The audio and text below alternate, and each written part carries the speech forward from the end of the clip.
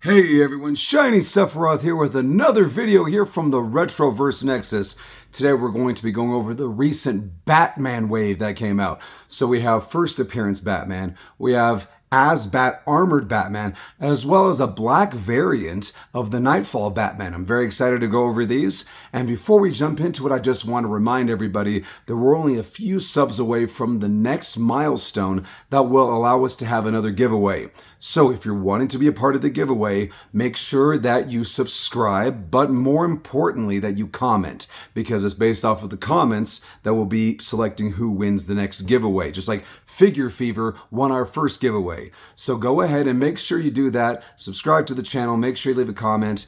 And if you did end up liking the video, I'd personally appreciate it if you liked it. Liking it doesn't get you anything, but it helps me. It helps me gauge what kind of content you guys are liking.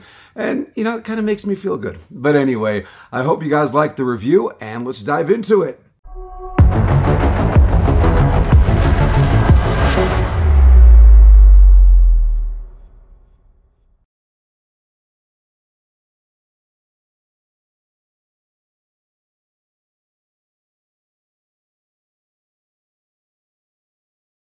Alright everyone, so the first thing that we're going to be doing over here is looking at this black variant of the Nightfall Batman.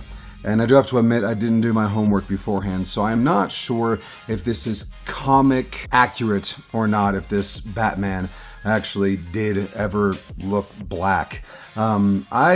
I wouldn't be surprised if he did, and I wouldn't also be surprised if it's that whole, like, oh, is this suit blue, is it black? He has a black suit with blue highlights, and we'll be talking a little bit about that here in a moment. But I'm going to go ahead and cut this bad boy up, and let's see what he looks like. Alright, so let's go ahead and look him over, but first of all, let's look at the card. And we can see here it says, real name is Bruce Wayne. Batman has dedicated his life to an endless crusade, a war on all criminals in the name of his murdered parents, who were taken from him when he was just a child. Since that tragic night, he has trained his body and mind to near physical perfection to be a self-made superhero. He has developed an arsenal of technology that would put most armies to shame, and he's assembled teams of his fellow heroes, like the Justice League and the Outsiders. In the name of his murdered parents, Bruce Wayne wages eternal war on the criminals of Gotham City. He is vengeance. He is the night. He is Batman. All right, that is really cool. One of the cooler bios that we've seen from the team, in my opinion. Really liked it. Really cool addition to the card collection. Right here, this figure, I don't have a lot to say about it. Not more than I've already mentioned before with the McFarlane figures. I really like the double jointed elbows and the double jointed knees. This one's ankles are those pivot kinds on the ball. I'm not the biggest fan of them, especially when you start seeing them fall through, and they get a little wobbly. But I mean, I've been standing him up. I tested him without the peg that he comes with, or the puck, sorry, not peg. But yeah, it worked just fine. His head sculpt is awesome. I really like it. And yeah, overall, this is a fantastic figure. Let me go ahead and grab the blue one so we can compare. Okay, it is honestly really hard for me to pick which one of these I like more. I mean, you see they're the same mold, the same sculpt, everything is the same. But I mean, I guess it's just the mood I'd be in, because they're both just extremely fantastic. Growing up as a kid in the late 80s and throughout the 90s, I did get an affinity to the light blue costume with the yellow symbol. So seeing that, you know, it hits those chords. I don't think either of them are better than the other. They're both fantastic figures, and I'm happy that they're both in the collection.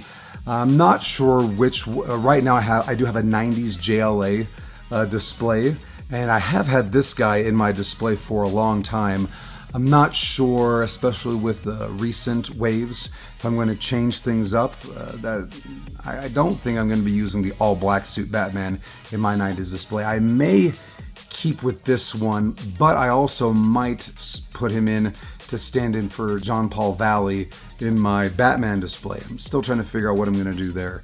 So time will tell. I mean, my Batman display is in super flux right now. But anyway, so there we go for the quick little review of this wave. Let's go ahead and jump into first appearance Batman. All right, first of all, my attempt to get the platinum box to be as pristine looking as possible. So I'm going to keep that in my platinum box collection. All right, so first let's go ahead and look at this card right here. Put you in focus. And it is the exact same bio from the Nightfall Batman, which is, okay, sure, why not? That's a little disappointing, but the cover is pretty cool, and this is something we're going to talk a lot about here in a moment. So, like I mentioned earlier in the review, sometimes we can see some shading issues that cause people over the years to wonder whether Batman's suit at certain times was actually black or blue, and a lot of arguments were had. And, you know, we can see other comic book characters having that same issue. But right here with this, technically this is what people think of and refer to when they say Batman's first costume. However, when we look at this cover, right here, the cover shows him with blue gloves instead of black gloves. And so we say, hey, technically the first time he appeared to people, he had blue gloves because the first thing people would see would be the cover of the book. Also, if you saw on here, he's got a little bit of blue shading on his cowl. And that's just, you know, like light bouncing off and everything. And apparently it gave him a blue tint. And then you can also see that there were some blue streaks in the inside of his cape. So as an homage to his actual first appearance, the Platinum Chase variant for first appearance Batman is his cover first appearance. And I believe that's something similar that happened with the first appearance Superman that came out, the first in this collection, in the collector's edition for McFarlane. I'm not 100% sure. Now that I think about it, I think maybe it was like the first issue Superman looked a certain way, and then in succeeding comics, so I was like second appearance Superman. I'm missing some of the details on that. I do know that there was an issue like, inside the comic he had red boots, on the cover he didn't, but I think the Superman symbol was the same. I might be completely wrong. Right here on the screen, right over here, you'll see what I'm actually referring to, and not just the meandering thoughts from my memory. So just like I was saying with the previous Batman, I really like how McFarlane has the double jointed elbows, the double jointed knees. I don't think I'm going to be posing them with them, but the option to do it is there. I really like that. And as I'm a little bit of a completionist, I really like the fact that I can have this version of Batman in my collection, which is not normally something that we would see outside of how McFarlane does things. One thing that I think, I think it looks cool is the blue underneath his cape, but technically in the cover he only had blue streaks. Or you can, I guess you can headcanon it that it actually was completely blue, but it was so dark where he was that it was only some flickers of light that showed you the true color of what was on the inside of his cape during this specific mission or photo shoot. I don't know. Maybe that's the thing. Maybe this was a reporter like Vicky Vale. She set up a guy in a costume, and they didn't quite get the costume right for the photo shoot for her premiere article talking about the new caped crusader, the Batman. So fantastic. I really am excited to add these to the collection. And now for what everybody came for, Armored as Bat. Yeah, so first of all, let's go ahead and clip these guys in. If you see right here, there are these holes underneath or on top of his armor, and you plug these into those holes. So, So there's one hole here at the top, and then another slit right here, right there. And so if you see here, This goes into the hole, this goes into the slit, if that helps. And they fit like a glove. I mean, you don't even have to push them in at all. They just slide right in. So very, very nice. I hate it when you have to, feel like you're almost breaking the figure to get them to fit in. All right, so here's how it turned out with getting the platinum box cut open, but still getting the person out. Thankfully, the card is the same for both, so I don't have to worry about that. However, I do say, thankfully, kind of tongue-in-cheek, I do miss how older Platinums had different cards. I know that it's better for costs, but I mean, a lot of people are actually paying a lot for these Platinums. So, I was lucky to, you saw in one of my earlier shorts that I got the Platinum, but, a lot of people don't, and it'd be nice to get a little bit of a different card. That's just my 2 cents. So, mentioning the card, here we go. It does show his red suit.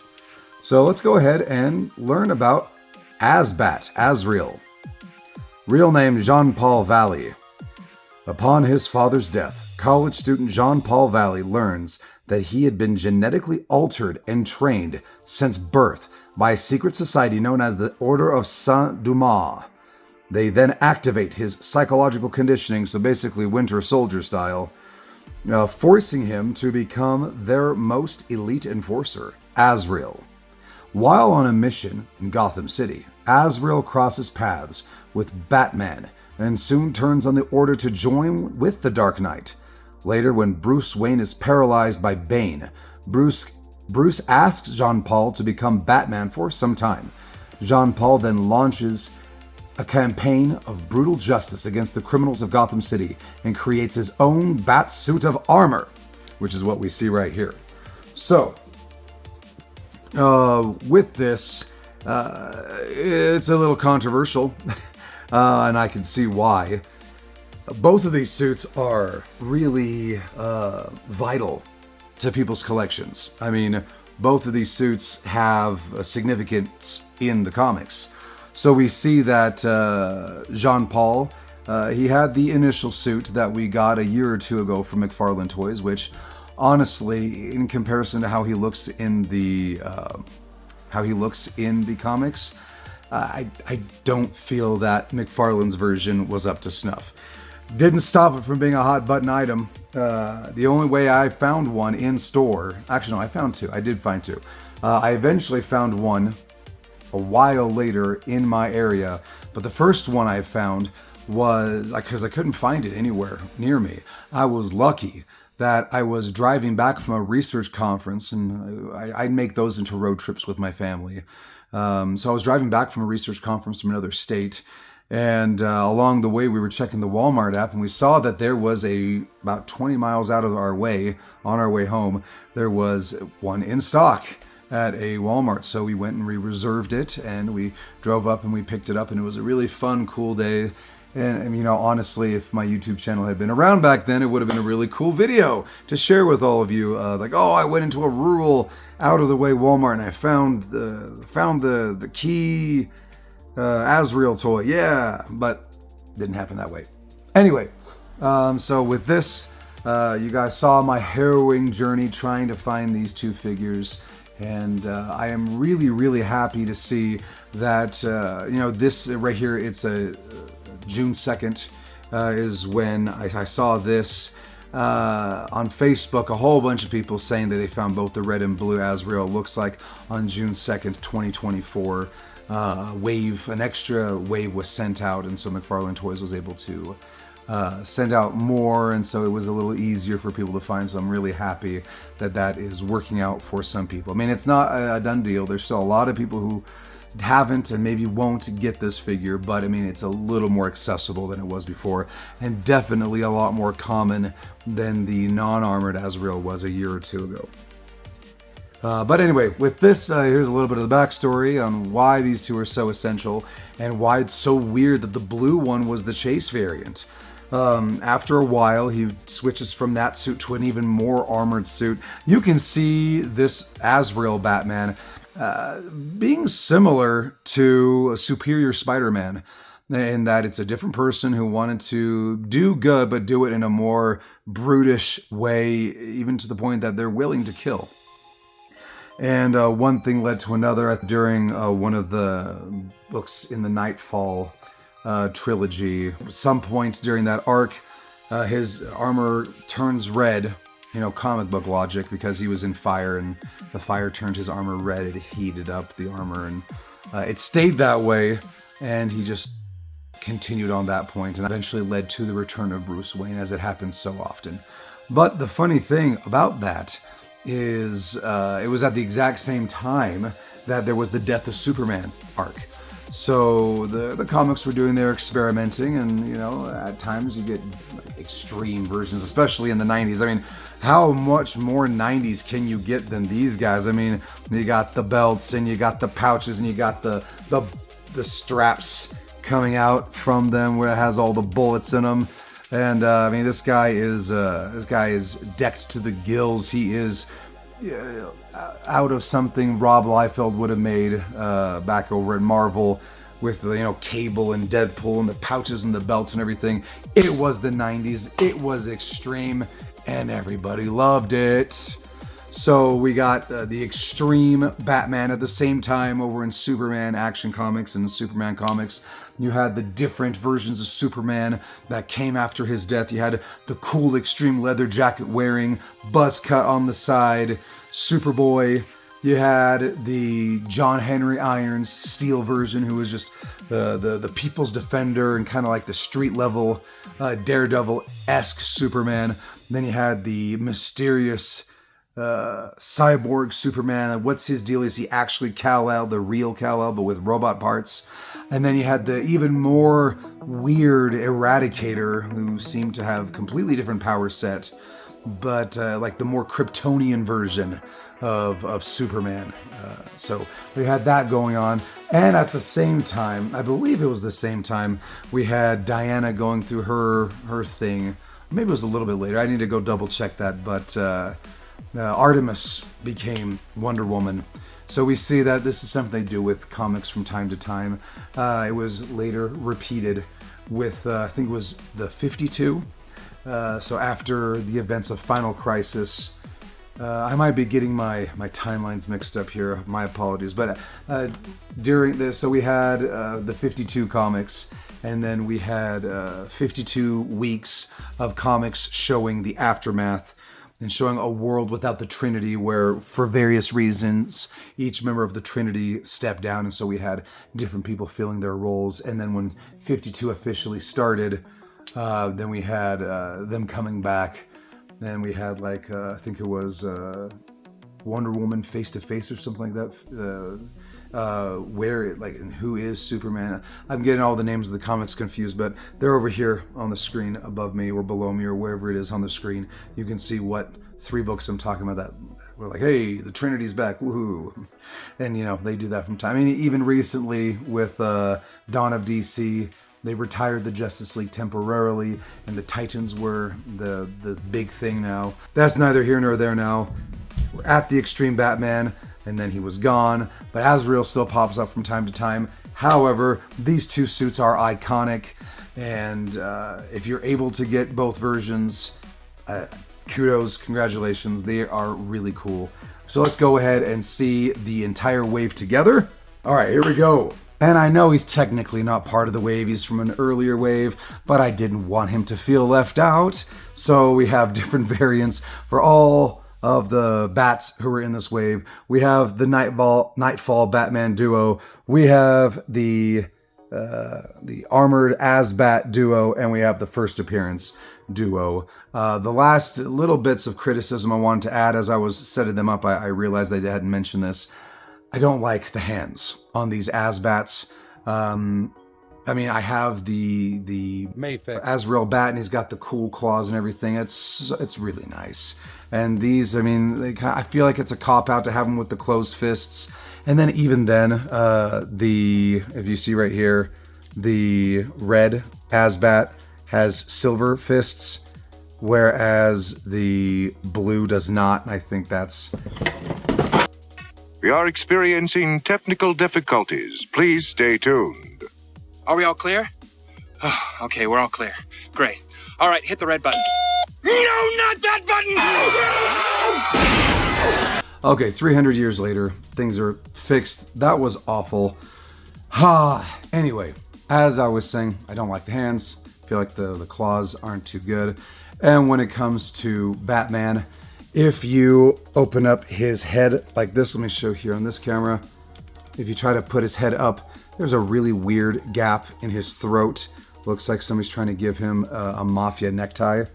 And yeah, that's not the best. So he has to kind of, I mean, it's a cool and intimidating look when you got him in the right angle. So he's like looking down, like bearing down, but it's a little limiting. Anyway, yeah. So that's the review. I hope that you guys liked it. And unfortunately, I'm not going to be able to show how they look on the display because, like I said earlier, my Batman display is in complete disarray. I'm not sure where I'm going to put things and move things around. So that's where we are with that. So there will be videos later showing how everything turned out in the display. But for now, that's this. Thank you all so much for tuning in here at the Retroverse Nexus. I hope you're all having a good time with your hunts and your displays. And let me know in the comments what you think of these toys and where you ended up putting them, or if you're still hunting for them. Good luck if you are, and I'll see you in the next video.